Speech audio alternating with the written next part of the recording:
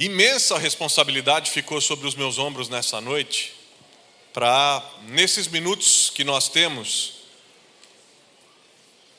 nós refletirmos sobre a comunidade que nós somos e a comunidade que nós queremos ser. O que aprendemos dos nossos pais, o legado que repousa sobre os nossos ombros, a responsabilidade que repousa sobre nós e os desafios que se apresentam. Como é que a gente olha para tudo aquilo que foi acumulado ao longo de 40 anos? Como é que a gente olha para frente? Quais são as bases? Quais são os fundamentos? Aliás, que modelo de igreja nós buscamos a partir da nossa história? E como eu disse, a partir do legado que recebemos dos nossos pais. A melhor forma da gente pensar nisso nessa noite, de nós sairmos daqui desafiados, é a gente olhando para a matriz. É a gente olhando para a primeira igreja. É a gente olhando para a igreja de Atos. Olhando para a nossa história, olhando para o legado que recebemos dos nossos pais e olhando para o projeto primordial de Deus, que começa com a igreja registrada no livro dos Atos dos Apóstolos. Abra comigo Atos capítulo 2, versículo 42. Atos capítulo 2, versículo 42.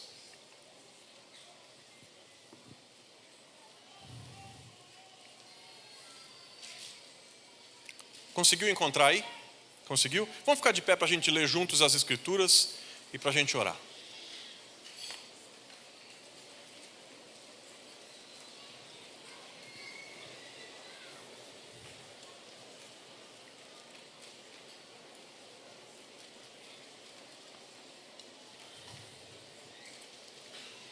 Encontrou aí? Atos capítulo 2, versículos de 42 a 47.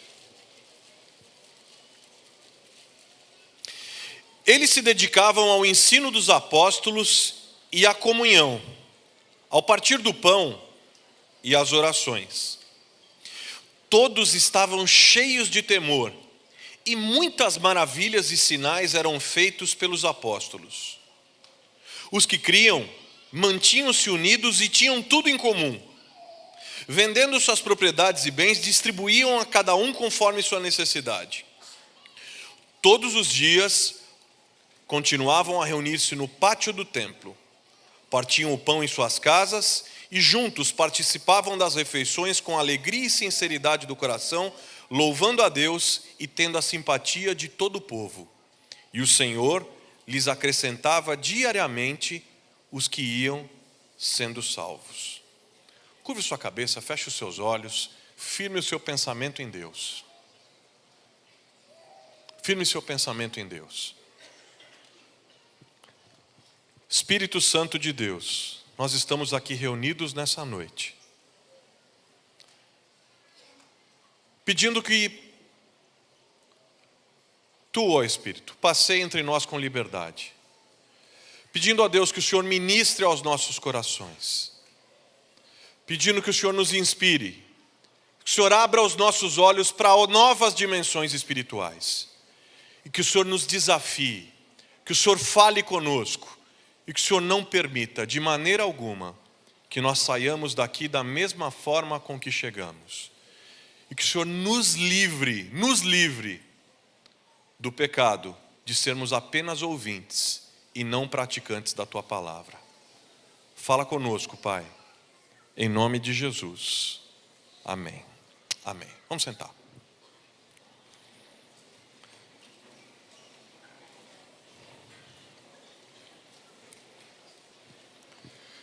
Quero pensar aqui rapidamente com vocês, olhando para a igreja de Atos e para os desafios que se apresentam para a nossa comunidade, para as nossas comunidades, todas representadas aqui nessa noite. noite também de celebração dos 40 anos da Comunidade da Graça. Mas o que a gente olha aqui no livro de Atos é um relato, é uma descrição de como viviam e do que faziam os nossos primeiros irmãos. Esse texto descreve o jeito que eles viviam. E eu fico olhando para esse texto e pensando que talvez a gente não consiga repetir exatamente a experiência que eles tiveram. Porque a experiência que eles tiveram, a vivência que eles tiveram, é incrível. Vocês estão vendo aqui. Se reuniam, partilhavam pão, dividiam tudo, enfim, vendiam as suas coisas. Era uma experiência, era um momento muito especial daquela primeira comunidade cristã. Mas o fato é que se a gente não consegue viver exatamente o que eles viviam, o mesmo Espírito precisa habitar entre nós. A mesma atitude, o mesmo coração. É isso que precisa estar entre nós. E o jeito que eles viviam, a maneira com a qual eles se tratavam, a maneira com a qual eles conviviam, essa era a evidência clara da presença de Deus entre eles. Era impossível olhar para aquela primeira comunidade, olhar para aqueles primeiros irmãos e não enxergar Deus. Deus estava lá. E o principal sinal da presença de Deus é que eles eram uma comunidade. Eles eram uma comunidade. E é isso que evidencia a presença de Deus entre eles, naquela sociedade e naquele mundo que eles viviam. Se a gente olhar para o contexto, e é sempre bom, quando a gente lê a Bíblia, é sempre bom a gente tentar entender o contexto em que aquilo estava acontecendo, em que aquilo foi escrito, mas se a gente olhar para o contexto, qual é o contexto do que está acontecendo? Jesus havia sido assassinado, havia ressuscitado, seus discípulos haviam anunciado a mensagem do Evangelho, os primeiros cristãos se organizavam numa comunidade, havia uma intensa perseguição contra eles, o Império Romano dominava o mundo, e aquele país onde eles viviam, a região onde eles viviam, estava dividida, completamente dividida, entre o Império Romano, opressivo, e a presença opressiva dos próprios judeus que ali habitavam, estavam divididos entre partidos religiosos. Tinha pelo menos 4 partidos religiosos. Tinha os essênios,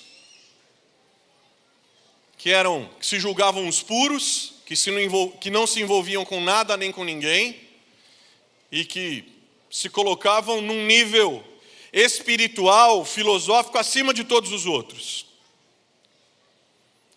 Nós tínhamos os fariseus, que eram o inverso, que só cuidavam da vida dos outros o tempo todo, ficavam apontando, eram os religiosos que ficavam apontando o dedo na cara dos outros, dizendo o que era certo, o que era errado, como devia fazer e como não devia fazer. Aí tinha os saduceus, dos sacerdotes Anás e Caifás, que eram aliados do Império Romano,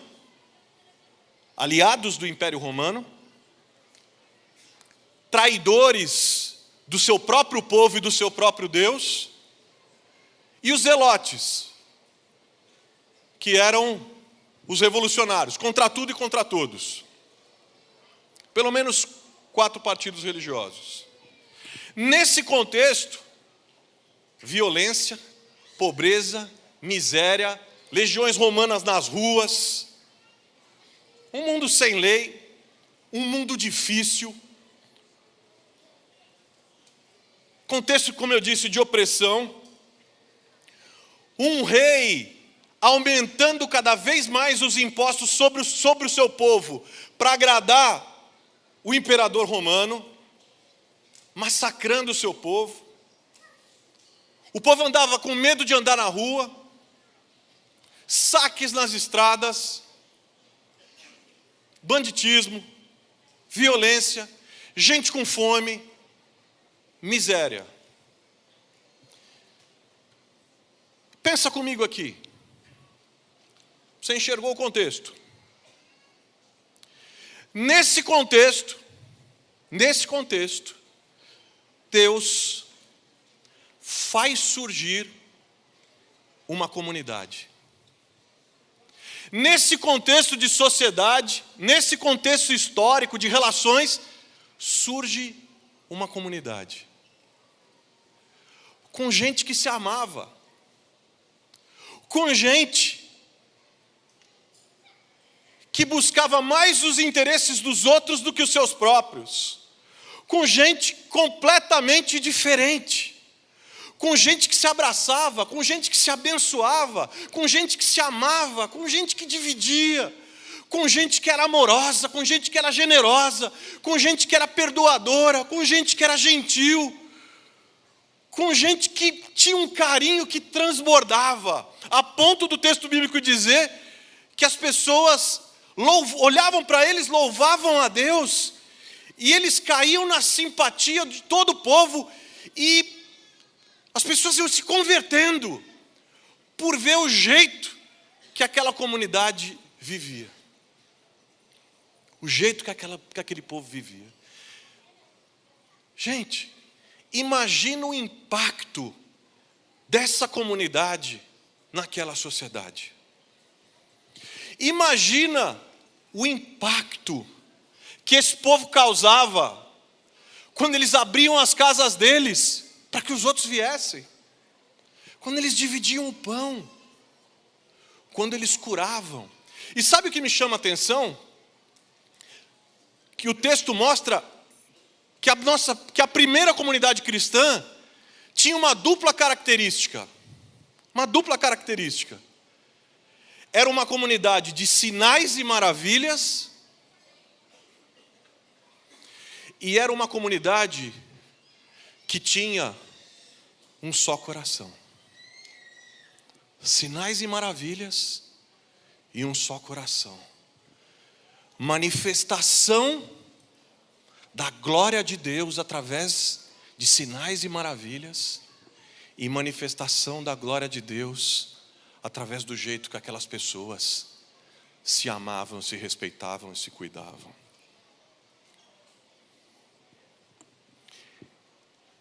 Esse é o retrato da igreja, da primeira igreja em Jerusalém. Mas o que eu quero dizer para vocês é que esse é o modelo da igreja aonde Deus está. Esse é o modelo de igreja onde Deus está. Esse é o projeto de igreja que está no coração de Deus. O projeto que está no coração de Deus é de que a igreja seja uma comunidade. Que ela seja uma comunidade. O nosso projeto, legado pelos nossos pais, é de que nós sejamos uma comunidade. Uma comunidade. Igreja é a comunidade daqueles que decidiram não mais viver para si mesmos, mas viver para aquele que os amou primeiro.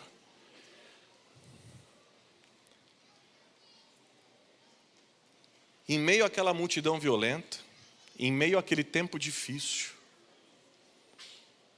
Deus levanta uma comunidade de gente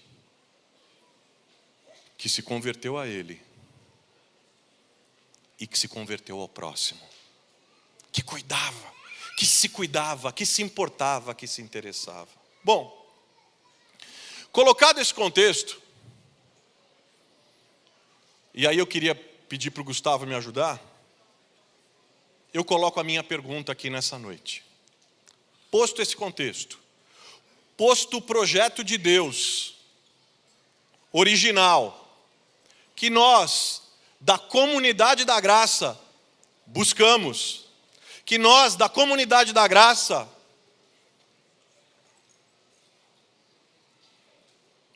perseguimos. Posto isso, a pergunta para vocês é: que comunidade nós queremos? Pergunta para o seu irmão aí do lado: escuta, que comunidade que você quer? Você já parou para pensar nisso? Que comunidade? Que comunidade que a gente quer? Que comunidade? Qual comunidade?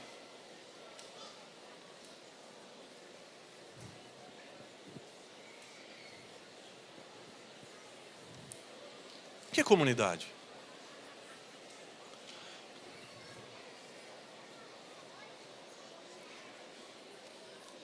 Quais são as evidências da presença de Deus em nós, na nossa comunidade?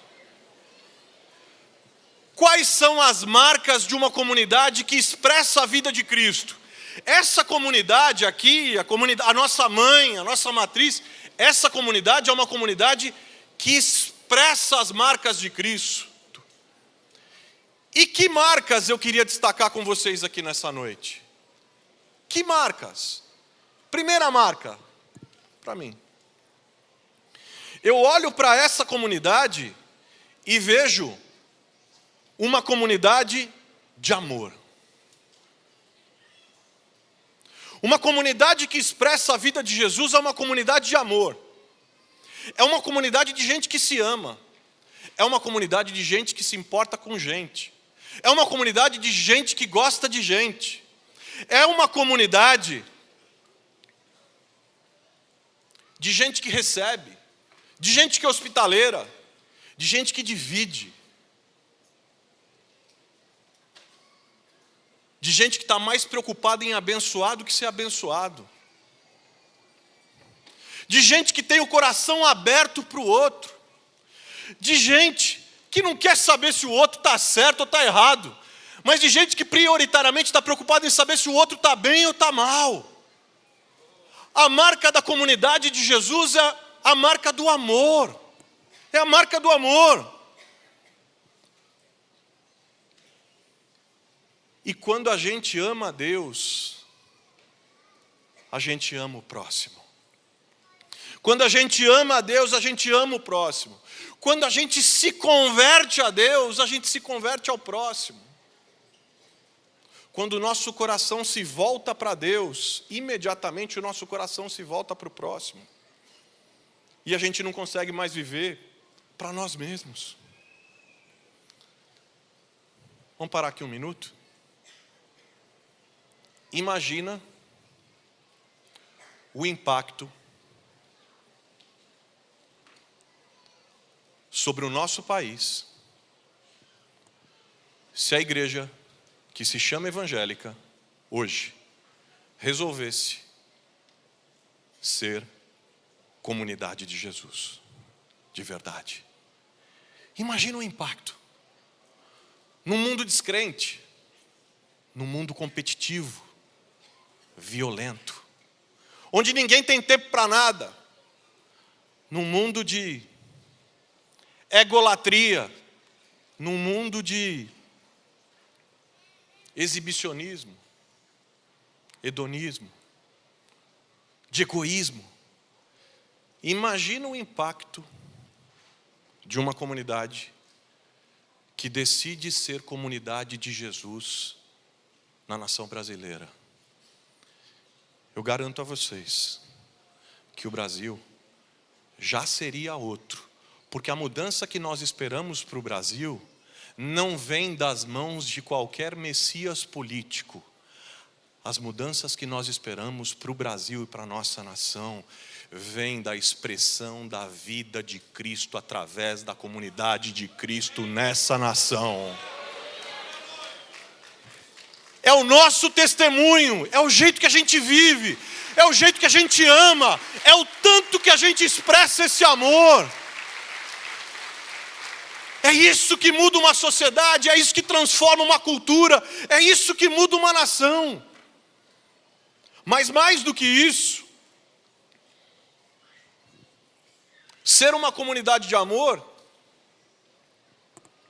quando a gente vive dessa maneira, quando a gente expressa a vida de Jesus dessa maneira entre nós, isso testemunha publicamente para as pessoas que é possível ser gente de um outro jeito, que é possível ser sociedade de um outro jeito, que é possível ser igreja de outro jeito, que é possível se relacionar de outro jeito, é possível ver o outro de outro jeito, ver o outro com olhos de misericórdia, de acolhimento, de pacificação e de amor. Quando a gente é uma comunidade de amor, a gente testemunha para o mundo que é possível ser gente do jeito que Ele planejou que a gente fosse gente para viver nesse mundo, feito gente como Jesus foi. É isso. A segunda coisa que eu destacaria nessa comunidade é que a comunidade de Jesus é uma comunidade de esperança. Mais do que nunca a gente precisa resgatar essa dimensão da comunidade de Jesus, gente. Nós vivemos dias de desesperança, de descrença, de desânimo. Não só no Brasil, mas no mundo todo. Agora imagina o que era para aquele povo, naquele contexto. Igual ou pior do que o nosso. Mas eu fico pensando que eles tinham uma coisa que foi se perdendo ao longo do tempo, Joel. Foi se perdendo ao longo do tempo, que é o quê? Eles estavam profundamente marcados pela experiência da ressurreição de Jesus. Muitos dos que aqui estavam, ou tinham visto, ou tinham ouvido as notícias de primeira mão, de que Jesus havia ressuscitado.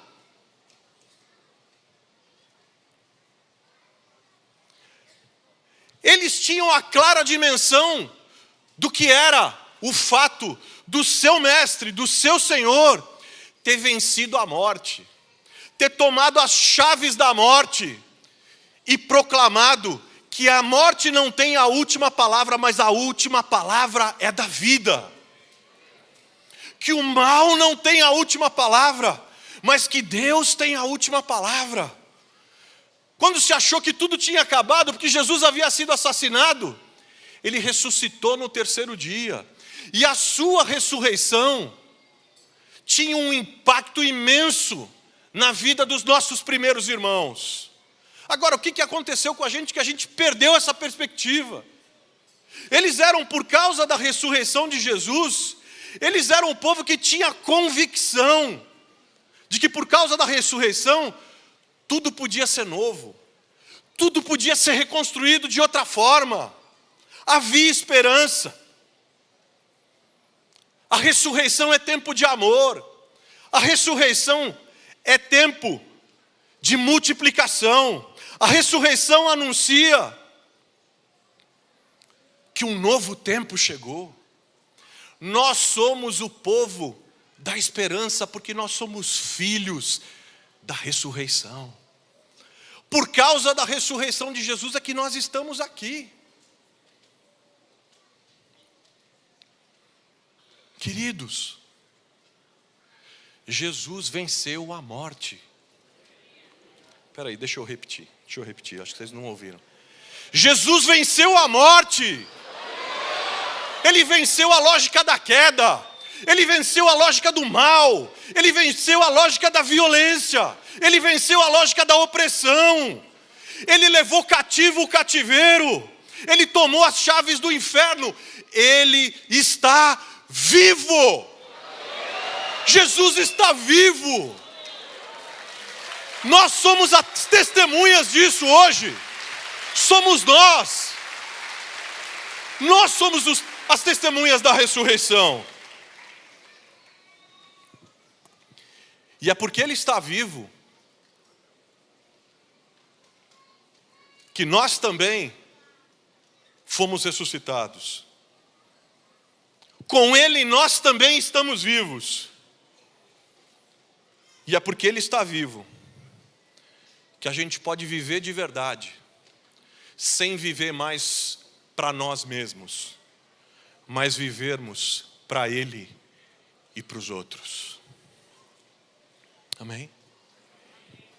E para fechar com vocês nessa noite,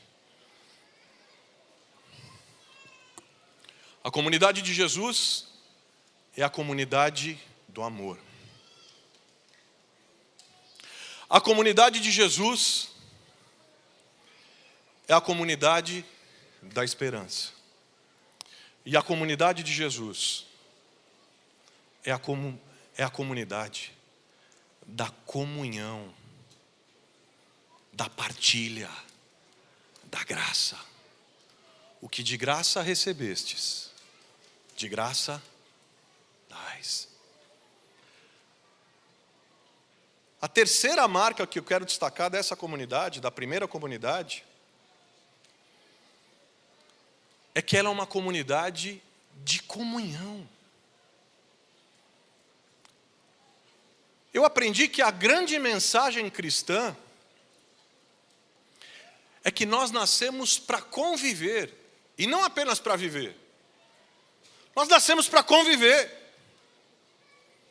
Esses irmãos aqui descobriram o significado de conviver, de viver juntos, de ter uma vida em comum, de ter somente um só coração, de conviverem. Deus, ajuda a gente, Deus, a redescobrir o significado do que é conviver em casa, com a nossa esposa, com o marido, com os filhos. Deus, ajuda a gente a redescobrir o significado do que é conviver. Nós fomos chamados a conviver. E o que significa isso? Nós somos chamados a prestar atenção no outro. Tem gente vivendo sob o mesmo teto, mas sem conviver. Maridos que não enxergam mais suas esposas, esposas que não enxergam mais seus maridos, filhos que foram, entre aspas, abandonados pelos pais dentro da própria casa, deixados ao léu, faça o que quiser, chegue a hora que quiser, vá para onde quiser, enfim. Conviver é prestar atenção no outro.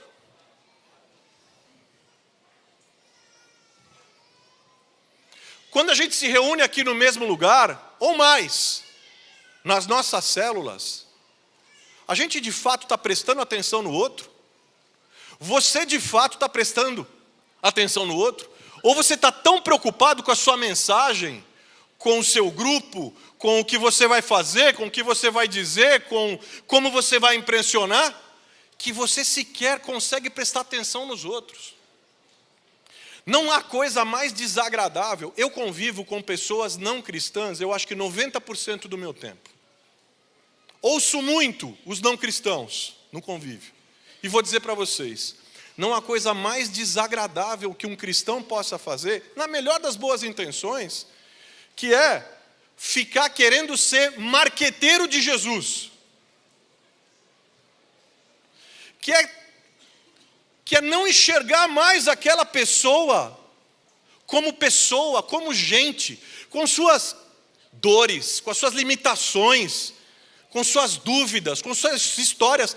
É não olhar mais para aquela pessoa como gente e olhá-la como um número que precisa ser conquistado para trazer para um determinado lugar. Isso é transformar a comunidade de Jesus, isso é transformar a beleza do Evangelho numa espécie de pirâmide. Lembra aquelas pirâmides que tinham? Acho que era... Como é que era o nome daquilo? Como é que é? Alguém falou aqui. Hã? Amway. Sabe essas pirâmides? Assim, o cara pegava o negócio e falava, agora eu preciso conquistar 5, agora eu preciso conquistar 10. Gente, o Evangelho de Jesus não é isso. Comunidade de Jesus não é isso. É claro que nós precisamos anunciar o Evangelho. É claro que nós precisamos anunciar a mensagem, buscar outros que não conhecem a Cristo.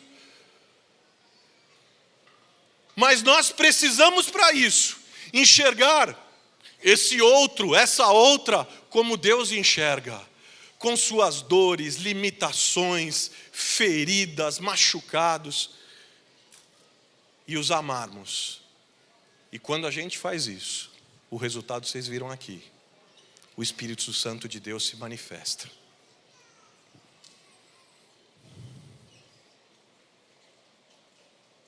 Será que o nosso coração é um só? Será que a gente de fato é irmão? A gente se chama de irmão, mas a gente de fato é irmão? Será que a gente de fato se conhece? Será que a gente de fato é cúmplice? É parceiro? É companheiro? É companheira? Será que a gente de fato busca o bem do outro antes do nosso próprio? Essa comunidade aqui, descrita no livro de Atos, tem uma marca incrível, que é a marca de ter um só coração. E eu penso que esse é um dos grandes desafios para os próximos 40 anos da nossa comunidade, a comunidade da graça. É termos um só coração, porque quando nós temos um só coração, o Espírito Santo de Deus se manifesta das formas mais incríveis, seja sinais, seja maravilhas, seja através do amor, seja através da multiplicação, Ele se manifesta, porque nós temos um só coração.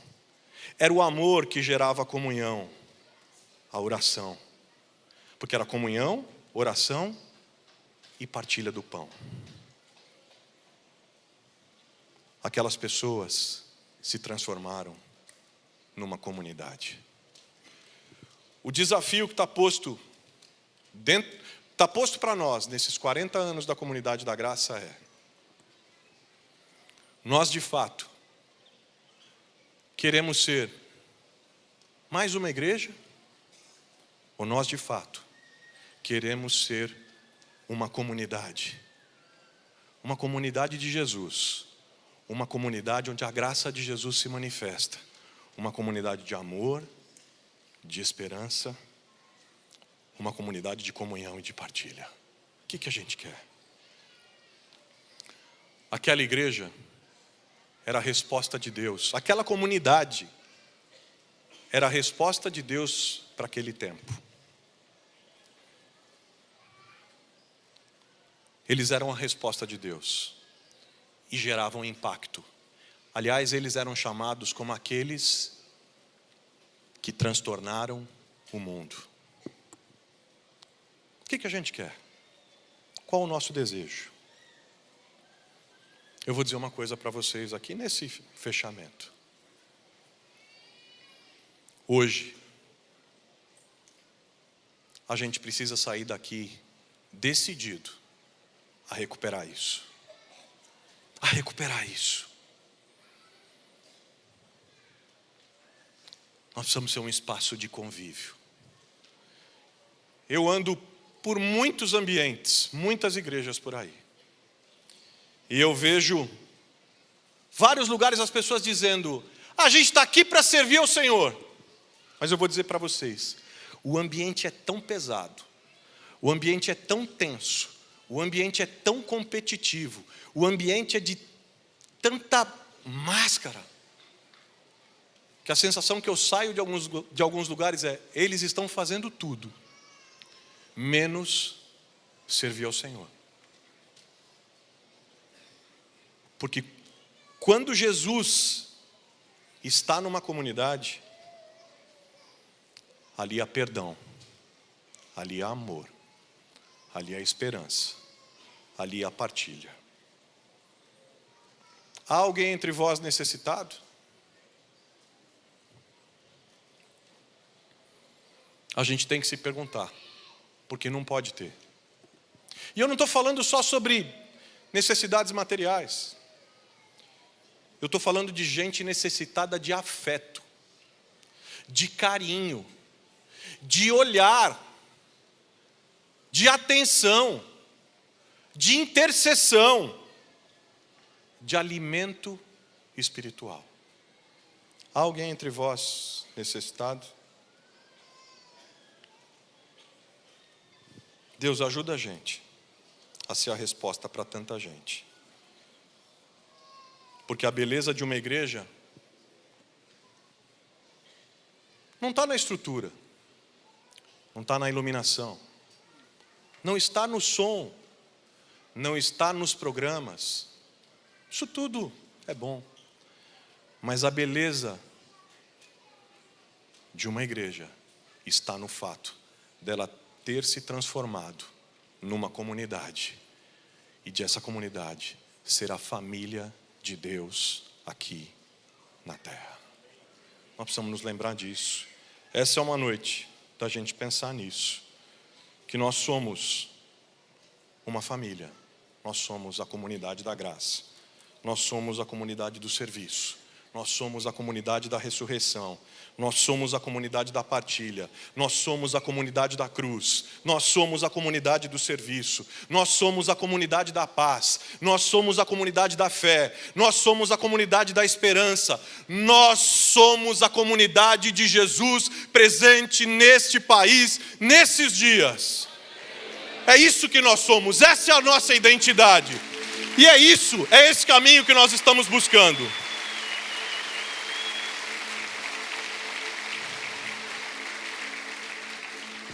Eu encerro aqui com um apelo em forma de vídeo. Vou passar um vídeo e aí dar a palavra ao meu pai.